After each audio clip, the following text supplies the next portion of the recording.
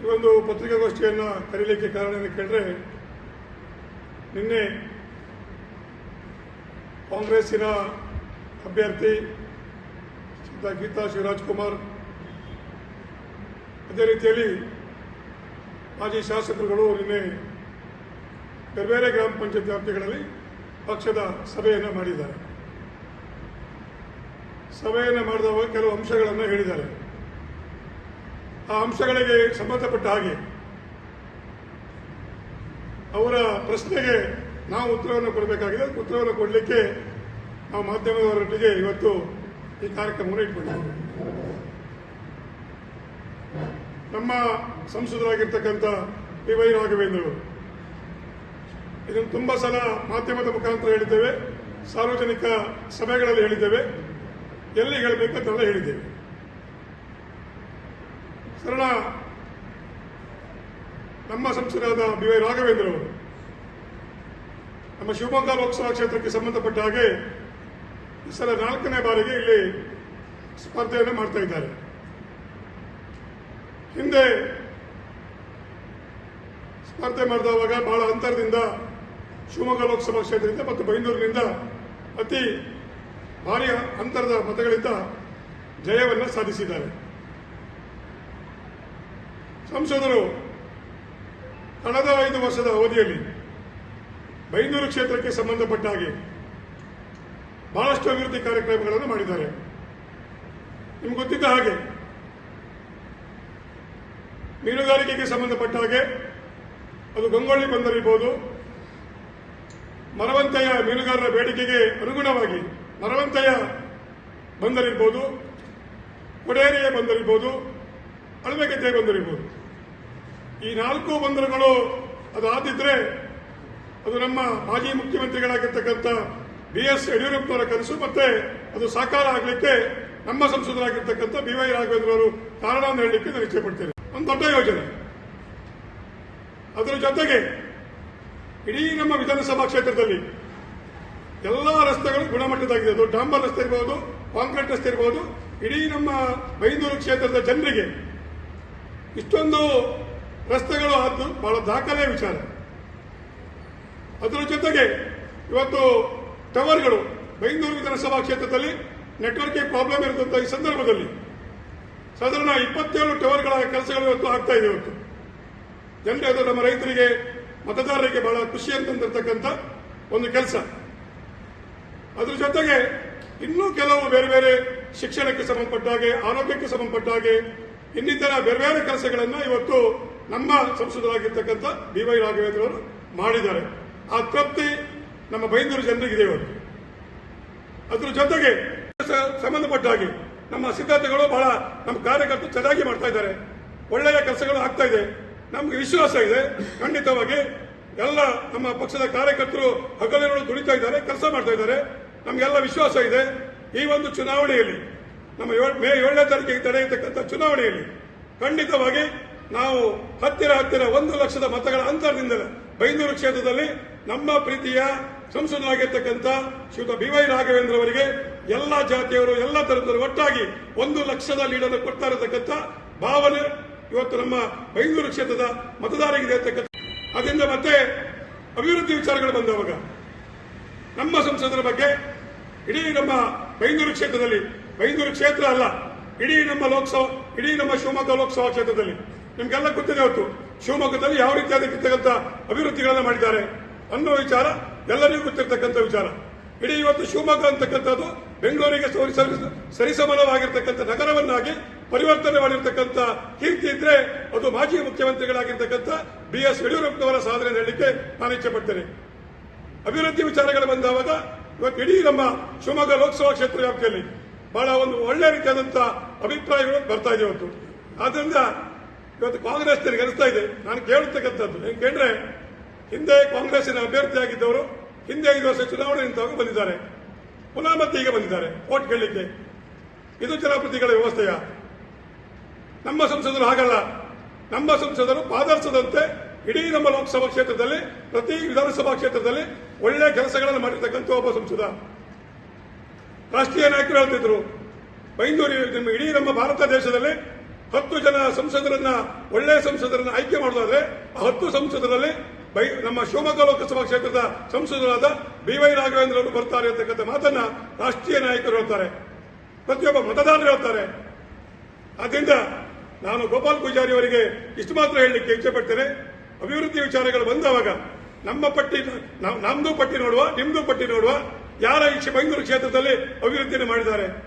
ಈಗಾಗಲೇ ನಿಮಗೆ ಗೊತ್ತಿದೆ. ಇವತ್ತು ಅದು ಸೋಮೇಶ್ವರ ಬೀಚ್ ಇರ್ಬೋದು, ಮರವಂತ ಬೀಚ್ ಇರ್ಬೋದು, ಪ್ರವಾಸೋದ್ಯಮಕ್ಕೆ ಸಂಬಂಧಪಟ್ಟ ಹಾಗೆ ಎಲ್ಲ ಅಭಿವೃದ್ಧಿ ಕಾರ್ಯಕ್ರಮಗಳನ್ನು ಇವತ್ತು ಮಾಡ್ತಾ ಇದ್ದಾರೆ.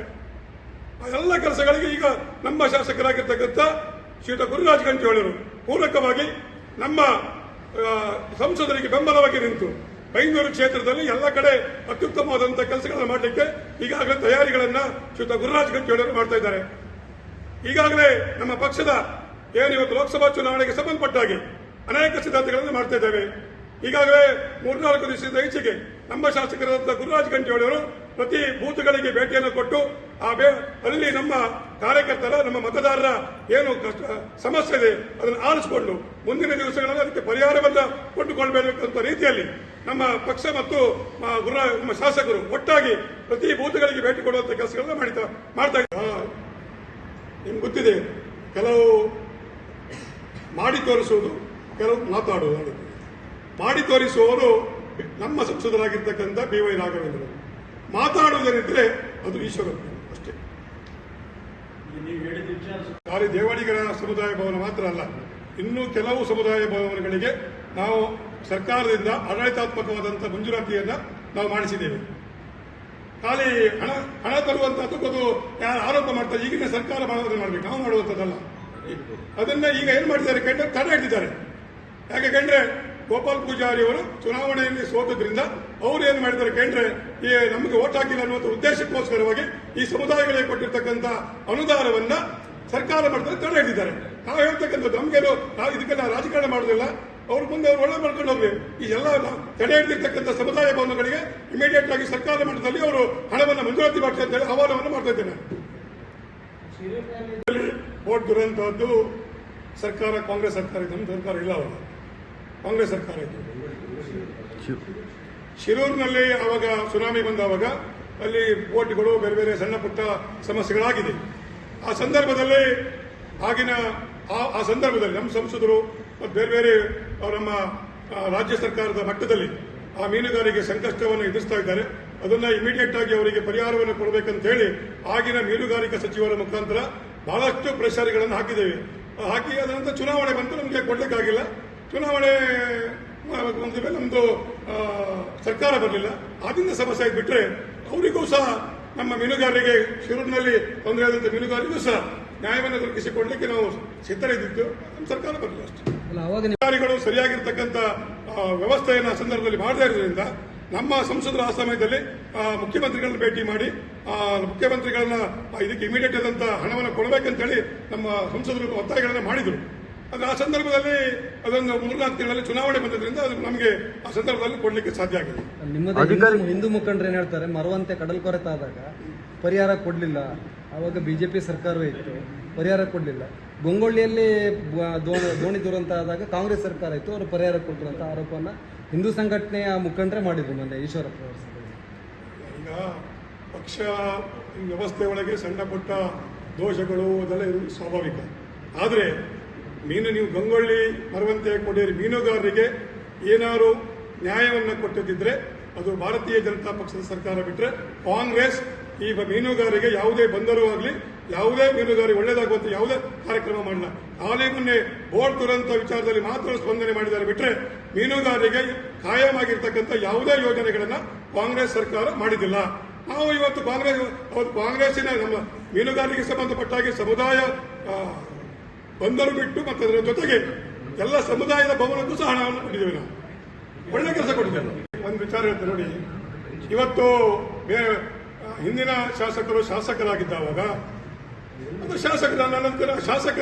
ಶಾಸಕರ ವ್ಯವಸ್ಥೆ ನಾನು ಗೌರವ ಕೊಡ್ತೇನೆ, ನಾನು ಇಲ್ಲ ಅನ್ನೋದಂತ ಪ್ರಶ್ನೆ ಇಲ್ಲ. ಆದರೆ ಇಷ್ಟೊಂದು ಅನುದಾನಗಳು ಬೇರೆ ಕ್ಷೇತ್ರಕ್ಕೆ ಬಂದಿತ್ತ, ಇಷ್ಟೊಂದು ಅನುದಾನ ಈ ಕ್ಷೇತ್ರಕ್ಕೆ ಬರಬೇಕಾದ್ರೆ ನಮ್ಮ ಮಾಜಿ ಮುಖ್ಯಮಂತ್ರಿಗಳಾಗಿರ್ತಕ್ಕಂಥ BS ಯಡಿಯೂರಪ್ಪನವರು ನಮ್ಮ ಮುಖ್ಯಮಂತ್ರಿ ಆದ್ರಿಂದ ವಿಶೇಷವಾದಂತಹ ಬೈಂದೂರು ಬಗ್ಗೆ ನಮ್ಮ ಮುಖ್ಯ ಯಡಿಯೂರಪ್ಪನವರಿಗೆ ವಿಶೇಷವಾದಂಥ ಪ್ರೀತಿ ಮತ್ತು ವಿಶ್ವಾಸ ಇರೋದ್ರಿಂದ ಆ ದೊಡ್ಡ ರೀತಿಯಾಗಿರ್ತಕ್ಕಂಥ ದೊಡ್ಡ ದೊಡ್ಡ ಯೋಜನೆಗಳು ಮತ್ತು ಈ 3,000 ಕೋಟಿ ಹಣ ಬರಲಿಕ್ಕೆ ಅದಕ್ಕೆ ನಮ್ಮ ಮಾಜಿ ಮುಖ್ಯಮಂತ್ರಿ ಯಡಿಯೂರಪ್ಪನವರು ಮತ್ತೆ ನಮ್ಮ ಸಂಸದರಾಗಿರ್ತಕ್ಕಂಥ BY ರಾಘವೇಂದ್ರ ಅವರ ವಿಶೇಷವಾದಂಥ ಪ್ರಯತ್ನ ಅಂತ ಹೇಳಲಿಕ್ಕೆ ನಾನು ಇಚ್ಛೆಪಡ್ತೇನೆ. ಈಗ ಇದಕ್ಕೊಂದು ನಿಮಗೆ ಸರಿಯಾದಂಥ ಉತ್ತರವನ್ನು ಕೊಡ್ತೇನೆ. ಯಾಕೆ ಕೇಳಿದ್ರೆ ನಾನು ಹೇಳ್ತೇನೆ ಕೇಳಿ. ನಮ್ಮ ಯಡಿಯೂರಪ್ಪನವರು ಮುಖ್ಯಮಂತ್ರಿ ಆಗಿದ್ದಾವಾಗ 2 ವರ್ಷಗಳ ಕಾಲ ಕೊರೋನಾ ಬಂತು. ಅದು ಬರಗಾಲಕ್ಕಿಂತ ಜಾಸ್ತಿ. ಕೊರೋನಾ ಸಮಯದಲ್ಲಿ ಯಾವುದೇ ರೀತಿಯ ಎಲ್ಲ ಇಡೀ ನಮ್ಮ ದೇಶ ಎಲ್ಲರೂ ಬಾಗಿಲಾಕೊಂಡು ಕೂತ್ಕೊಳ್ಳುವಂಥ ಪರಿಸ್ಥಿತಿ ಬಂತು. ಆ ಕೊರೋನಾ ಸಮಯದಲ್ಲಿಯೂ ಸಹ ಬೈಂದೂರು ಕ್ಷೇತ್ರಕ್ಕೆ 3,000 ಕೋಟಿ ಅನುದಾನ ಬಂದಿದೆ. ಮತ್ತು ಸಣ್ಣ ಪುಟ್ಟ ಕೆಲಸ ಮಾಡಲಿಕ್ಕಾಗಿಲ್ಲ. ಇಷ್ಟೊಂದು ನೀವೆಲ್ಲ ಆಲೋಚನೆ ಮಾಡಬೇಕು. ಯಾಕಂದ್ರೆ 3,000 ಕೋಟಿ ಅಂತ ಪರಿಸ್ಥಿತಿಯಲ್ಲಿ ಬಂತು ಅಂತ ಹೇಳಿದ್ರೆ ನಮ್ಮ ಯಾರು ಅಭಿವೃದ್ಧಿ ಬಗ್ಗೆ ಒತ್ತು ಕೊಟ್ಟಿದ್ದಾರೆ ಅನ್ನೋ ಬಗ್ಗೆ ತಾವು ಆಲೋಚನೆ ಮಾಡಿ. ನಿನ್ನೆ ಸಭೆಯಲ್ಲಿ ಸಂಸದರ ಸಾಧನೆ ಶೂನ್ಯ ಅಂತ ಹೇಳಿದ್ದಾರೆ. ಇದ್ರ ಬಗ್ಗೆ ನೀವೇನು ಹೇಳ್ತೀರಿ? ಸಂಸದರ ಸಾಧನೆ ಶೂನ್ಯ ಅಂತ ಹೇಳಿದ್ರೆ ಇಡೀ ಕ್ಷೇತ್ರದಲ್ಲಿ ಮತದಾರರು ಆಡ್ಕೊಳ್ತಾ ಇದ್ದಾರೆ. ಏನೋ ಇದೇ ಟಾಪಿಕ್ ಅನ್ನ ಏನು ಯಡಿಯೂರಪ್ಪನವರು ಮುಖ್ಯಮಂತ್ರಿ ಆದ್ರಿಂದ ಬೈಂದೂರು ಕ್ಷೇತ್ರದಲ್ಲಿ ಇಷ್ಟೊಂದು ದೊಡ್ಡ ರೀತಿಯಾದ ಒಂದುಗಳು ಬಂದ್ಬಿಟ್ರೆ ಏನು ಬರಲಿ ನೋಡುವ. ಈಗ ನಮ್ಗೆ ಹೇಳ್ತಾರೆ, ಈಗ ಕಾಂಗ್ರೆಸ್ ಸರ್ಕಾರ ಇವತ್ತು ಅಧಿಕಾರದಲ್ಲಿದೆ. ನಮ್ಮ ಶಾಸಕರಾದ ಗುರುರಾಜ್ ಗಂಟಿಹೊಳಿಯವರು ಇವತ್ತು ಶಾಸಕರಾಗಿದ್ದಾರೆ. ಈಗ ಈ 10 ತಿಂಗಳ ಅವಧಿಯಲ್ಲಿ ಒಂದೇ ರೂಪಾಯಿಯನ್ನ ಇವತ್ತು ನಮ್ಮ ಕ್ಷೇತ್ರಕ್ಕೆ ಕಾಂಗ್ರೆಸ್ ಸರ್ಕಾರ ಅಧಿಕಾರಕ್ಕೆ ಬಂದ ಮೇಲೆ ಕೊಡಲಿಲ್ಲ. ಆವಾಗ ಶೂನ್ಯ ಯಾರಂತ ಇದೀಗ ಎಲ್ಲದಕ್ಕೂ ಕಾರಣ ಈ ಬೈಂದೂರು ಕ್ಷೇತ್ರಕ್ಕೆ ಅನುದಾನ ಬರಲಿಕ್ಕೆ ಕಾರಣ ಯಡಿಯೂರಪ್ಪನವರು ಮುಖ್ಯಮಂತ್ರಿ ಆದಂತ ವ್ಯವಸ್ಥೆ, ಸಂಸದರು ಅದನ್ನ ಮಾಡ್ಕೊಂಡು ಬಂದಂತ ಕೆಲಸಕ್ಕೆ ಇವತ್ತು ಬೈಂದೂರು ಕ್ಷೇತ್ರದಲ್ಲಿ ಅಭಿವೃದ್ಧಿ ಆಗಿದೆ. ನಾನು ಅವರು ಶೂನ್ಯ ಅನ್ನುವಂಥ ಶಬ್ದವನ್ನ ಅದು ತಪ್ಪು ನಾನು ಹೇಳಲಿಕ್ಕೆ ಇಚ್ಛೆ ಪಡ್ತೇನೆ. ಈಗ ನಾಳೆ 7ನೇ ತಾರೀಕಿಗೆ ಹೇಳ್ತಾರೆ, ನಾನು ಹೇಳ್ತೇನೆ 7ನೇ ತಾರೀಕಿಗೆ ಮತದಾನ ಆಗ್ತದೆ. ಜೂನ್ 4ನೇ ತಾರೀಕಿಗೆ ಪೆಟ್ಟಿಗೆ ಹೊಡಿತಾರೆ. ಆವಾಗ ಡೂಪ್ಲಿಕೇಟ್ ಜಾಗದಲ್ಲಿ ಮತ್ತೆ ಹೇಳ್ತೇನೆ. 1 ವರ್ಷದ ಒಳಗೆ ಬೈಂದೂರು ಕ್ಷೇತ್ರದಲ್ಲಿ ಕಾಂಗ್ರೆಸ್ ಖಾಲಿಯಾದ ಮನೆ ಆಗ್ತದೆ. ಅಲ್ಲಿ ಯಾವುದೇ ನಾಯಕರುಗಳಿಲ್ಲದೆ ಹೇಳಿದ್ರೆ ಬೈಂದೂರು ಕ್ಷೇತ್ರದಲ್ಲಿ ಕಾಂಗ್ರೆಸ್ ನೆಲೆ ಇಲ್ಲದಂತ ವ್ಯವಸ್ಥೆ ಆಗ್ತದೆ. ಖಂಡಿತವಾಗಿ ಮಾತಿಟ್ಕೊಳ್ಳಿಕ್ಕೆ ಅವರವರೊಳಗೆ ಕಚ್ಚಾಟ ಮಾಡಿಕೊಂಡು ಅಲ್ಲಿ ಆ ಪಕ್ಷ ಬೈಂದೂರಿನಲ್ಲಿ ಅಂತಾಗಿ ಹೋಗ್ತದೆ. ಅದ್ರ ಬಗ್ಗೆ 2 ಮಾತು ವಿಚಾರ ಹೇಳುದ. ಗೋಪಾಲ್ ಪೂಜಾರಿ ಅವರು ನಿನ್ನೆ ನಮ್ಮ ಸಂಸದರ ಬಗ್ಗೆ ಮಾತಾಡುವಂಥದ್ದು ಬಹಳ ಕೀಳುಮಟ್ಟದ ಮಾತುಗಳನ್ನ ಆಡಿದ್ದಾರೆ. ನಾಳೆಗೆ ಸುಕುಮಾರ್ ಶೆಟ್ಟರು ಎಲ್ಲಾದರೂ ಸಹ ಅವರು ಕೀಳುಮಟ್ಟದ ಮಾತಾಡ್ರೆ ಅವರಿಗೂ ಸರಿಯಾಗಿರ್ತಕ್ಕಂಥ ಉತ್ತರವನ್ನ ಪತ್ರಿಕಾಗೋಷ್ಠಿ ಅಂತ ಕೊಡ್ತಾರೆ. ಅದರಲ್ಲಿ ಯಾವ ಪ್ರಶ್ನೆನೂ ಇಲ್ಲ. ರಾಜಕಾರಣ ಅಂತಕ್ಕಂಥದ್ದು ಬೇರೆ ಬೇರೆ ವಿಚಾರಗಳಿದೆ. ಇವತ್ತು ಭಾರತೀಯ ಜನತಾ ಪಕ್ಷದಲ್ಲಿ ನಾನು ಇವತ್ತು ಬಿಜೆಪಿಗೆ ಸೇರಿದ ಮೇಲೆ ಈ ಪಕ್ಷದ ರಾಜ್ಯದ ಉಪಾಧ್ಯಕ್ಷನಾಗಿದ್ದೇನೆ. 4 ರಾಜ್ಯದ ಉಪಾಧ್ಯಕ್ಷರು, ರೈತ ಮೋರ್ಚಾದ ರಾಜ್ಯದ ಉಪಾಧ್ಯಕ್ಷರಾಗಿದ್ದೇನೆ. 4.5 ವರ್ಷಗಳ ಕಾಲ ಇದರ ಪಕ್ಷದ ಪ್ರಧಾನ ಕಾರ್ಯದರ್ಶಿ ಆಗಿದ್ದೇನೆ. ಈಗ 4 ವರ್ಷಗಳ ಕಾಲ ಪಕ್ಷದ ಅಧ್ಯಕ್ಷರಾಗಿದ್ದೇನೆ. ಅಂದ್ರೆ ಸರ್ 10 ವರ್ಷಗಳ ಕಾಲ ನನಗೆ ಬಿಜೆಪಿ ಸರ್ಕಾರ ಪದವಿ ಕೊಟ್ಟಿದೆ. ನನಗೆ ಇದು ಸುಕುಮಾರ್ ಶೆಟ್ಟರು ಕಾಂಗ್ರೆಸ್ ಸೇರುವಾಗ ನಿಮ್ಮ ಹೆಸರು ಕೂಡ ಇತ್ತು.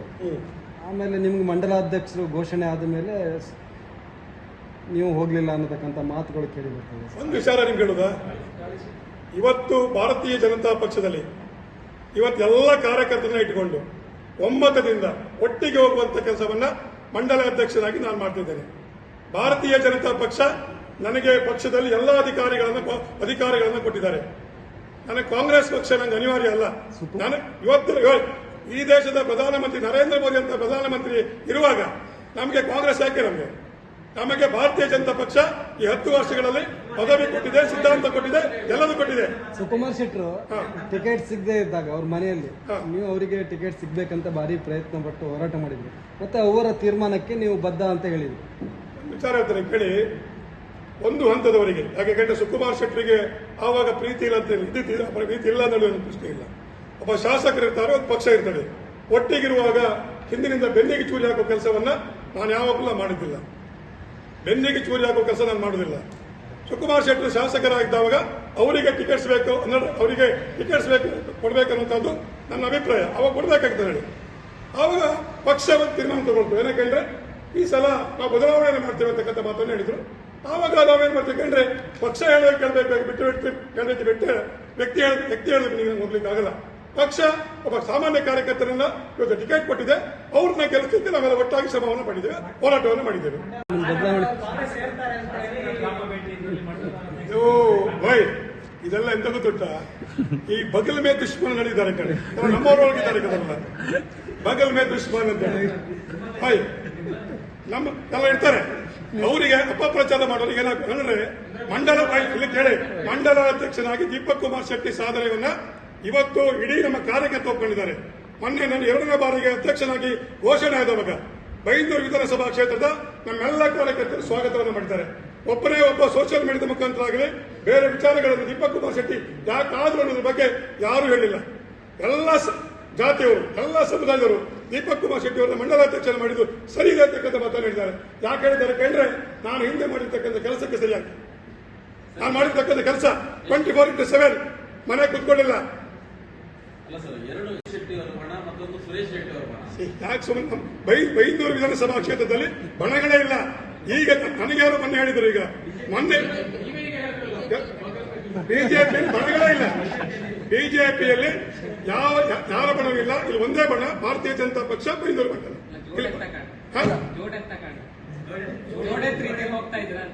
ಈ ಶಾಸಕರು ಒಳ್ಳೆ ಕೆಲಸ ಮಾಡ್ತಿದ್ದಾರೆ. ಶಾಸಕರು ನಾವಿದ್ದೇವೆ, ಪದಾಧಿಕಾರಿಗಳಿಂದ ನಾವಿದ್ದೇವೆ, ಒಟ್ಟಿಗೆ ಏನ್ ಸಮಸ್ಯೆ ಇದೆ? ಈಶ್ವರಪ್ಪನವರ ಸಭೆಗೆ ಸಾಕಷ್ಟು ಜನ ಬಿಜೆಪಿ ಕಾರ್ಯಕರ್ತರು ಇದ್ದಿದ್ರು. ಬಿಜೆಪಿಯವರು ಯಾರಿಲ್ಲ, ಏನೋ 4-6 ಜನ ಇರ್ತಾರೆ. ಅವ್ರು ಯಾರು ನಮ್ಮ ಹಿಂದೂ ಮುಖಂಡರಿದ್ದಾರೆ. ಹಿಂದೂ ಮುಖಂಡರು ಅವರು ನಮ್ಮ ಪಕ್ಷದವರು ಯಾರಿಲ್ಲ. ನಮ್ಮ ಪಕ್ಷದವರು ಯಾರೂ ಇಲ್ಲ. ಯಾರೋ ಹಣ ಕೊಟ್ಟು ಜನ ಕರ್ಕೊಂಡು ಬಂದಿದ್ದಾರೆ ಅಷ್ಟೇ ಬಿಟ್ಟರೆ ಏನೂ ಇಲ್ಲ. ಶ್ರೀಧರ್ ಬಿಜೂರು ಪಕ್ಷದ ಸದಸ್ಯರಲ್ವಾ ಇವರು? ಶ್ರೀಧರ್ ಬಿಜೂರು ಪಕ್ಷದ ಸದಸ್ಯರು? ನಮ್ಮ ಪಕ್ಷದ ಪದಾಧಿಕಾರಿ ಅಲ್ಲ, ಅವ್ರ ಸದಸ್ಯರಲ್ವಾ? ಕಾರ್ಯಕರ್ತರು? ಪಕ್ಷದ ಪದಾಧಿಕಾರಿ ಅಲ್ಲ, ಪಕ್ಷದ ಸದಸ್ಯರು. ನೋಡಿ, ಶಾಸಕರದ್ದು ಇಲ್ಲಿ ಕಡೆ ಶಾಸಕರದ್ದು ನಾಮಿನೇಷನ್ ಮುಗಿಯುವವರೆಗೆ ಈ ಕೆಲಸಗಳನ್ನ ಶಾಸಕರ ಟೀಮ್ ನಾಳೆಯಿಂದ ನಾನು ಸದಾನಂದ ಪಿನ್ ಕುದುರು, ಆನಂದ್ ಕಾರ್ವಿ, ನಮ್ಮ ಟೀಮು ನಾಳೆಯಿಂದ ಕ್ರಮ ಮತ್ತೆ ಬೂತ್ ಸಮಿತಿಯನ್ನ ಪ್ರತಿ ಗ್ರಾಮ ಪಂಚಾಯತಿಯಲ್ಲಿ ಆಯೋಜನೆ ಮಾಡಿ ನಮ್ಮ ಟೀಮ್ ನಾಳೆ ಹೋಗ್ತಾ ಇದ್ದಾರೆ. ಮತ್ತೆ ನಮ್ಮ ಬೈಂದೂರು ಕ್ಷೇತ್ರದಲ್ಲಿ ಅತಿ ಹೆಚ್ಚು ಸಮಯದಲ್ಲಿ ಶಾಸಕರಾಗಿದ್ದಾರೆ, ಸರ್ಕಾರ ಇದ್ದಾರೆ ಕಾಂಗ್ರೆಸ್ ಸರ್ಕಾರ. ನಮ್ಮ ಅವಧಿಯಲ್ಲಿ ನಿಮ್ಗೆ ಗೊತ್ತಿದೆ, ಗಂಗೊಳ್ಳಿ ಬಂದರಿಗೆ ಸಂಬಂಧಪಟ್ಟ ಕೆಲಸ ಮಾಡಿದ್ದಾರೆ, ಒಡೆಯರಿಯಲ್ಲಿ ಬಹಳ ಕೆಲಸ ಅದು ಮಾಡಿದ್ದಾರೆ, ಮರವಂತಿಯಲ್ಲಿ ಮಾಡಿದ್ದಾರೆ, ಒಳ್ಳೆಗಲ್ಲಿ ಮಾಡಿದ್ದಾರೆ. ಇಂಥೆಲ್ಲ ವಿಶ್ಲೇಷಣೆ ಮಾಡಿ ಕಾಂಗ್ರೆಸ್ ಏನು ಮಾಡಿರೋ ದಾಖಲೆ ಕೊಡಲಿ. ಪರ್ಮನೆಂಟ್ ಆಗಿರ್ತಕ್ಕಂಥ ಒಳ್ಳೆಯ ಕೆಲಸಗಳನ್ನ, ಅಭಿವೃದ್ಧಿಯ ಕೆಲಸಗಳನ್ನ ದಾಖಲೆ ಸಮೇತ ಬರಲಿ. ಯಾವುದೇ ಮಾಜಿ ಶಾಸಕರಲ್ಲಿ, ಯಾವುದೇ ಪಕ್ಷದವರ ಲೀಡರ್ ಇರಲಿ, ಓಪನ್ ಆಗಿ ಮಾತಾಡಿ ತಾಕತ್ತಿದ್ದೀರಿ ಮಂತ್ರಿಗಳು ನಾವು ಮಾಡಿದ ಬಗ್ಗೆ. ಎಲ್ಲಿ? ಗಂಗೊಳ್ಳಿಯಲ್ಲಿ ನೋಡಿ, ಗಂಗೊಳ್ಳಿಯಲ್ಲಿ ನಾವು ಜಟ್ಟಿಗೆ ಸಂಬಂಧಪಟ್ಟ ಹಾಗೆ ಮಂಜೂರು ಹಣವನ್ನು ಟೆಂಡರ್ ಆಗಿದೆ, ಕೆಲಸ ಮಾಡಿದ್ದಾರೆ. ಕೆಲಸ ಮಾಡಿದವಾಗ ಗುತ್ತಿಗೆದಾರರಿಂದ ತೊಂದರೆ ಆಗಿದೆ ಬಿಟ್ರೆ ನಮ್ಮೇನು ತೊಂದರೆ ಅಲ್ಲ. ಅದನ್ನು ಆಗಿನ ನಮ್ಮ ಸರ್ಕಾರ ಇದ್ದವಾಗ